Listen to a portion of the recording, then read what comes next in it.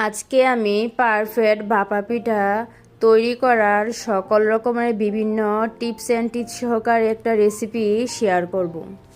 এখানে আমি চালের গুঁড়া নিয়েছি, পরিমাণ মতো লবণ দিয়ে গুঁড়িটাকে একটু মেখে নেব। এখানে অল্প অল্প পানি দিয়ে আমি গুঁড়িটা মেখে নিচ্ছি,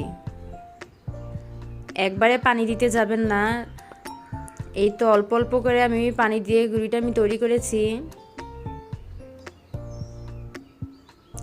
এখন আমি একটা চালনির সাহায্যে গুঁড়িটাকে আমি চেলে নেব।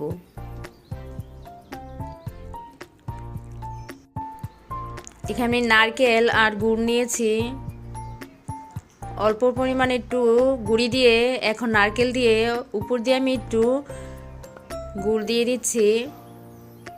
এখন গুঁড়িটা আবার উপরে দেব, হালকাভাবে এটা দিতে হবে, চেপে চেপে দেওয়া যাবে না। একটা পাতলা ন্যাকড়া দিয়ে আমি এই তো ঢেকে দিচ্ছি। এখন আমি ভাপে পিঠাটা দিচ্ছি, একটা ঢাকনা দিয়ে আমি এখন ঢেকে দেব। এই তো পিঠাটা হয়ে গেছে।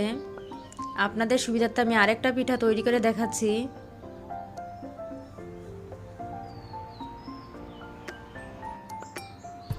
এভাবে আমি সবগুলা পিঠা তৈরি করে নিয়েছি।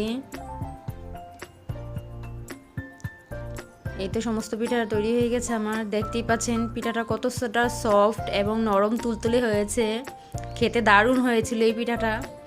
এই শীতে একবার হলো এভাবে ট্রাই করবেন, 10 মিনিটেই তৈরি করতে পারবেন পারফেক্ট ভাপা পিঠা।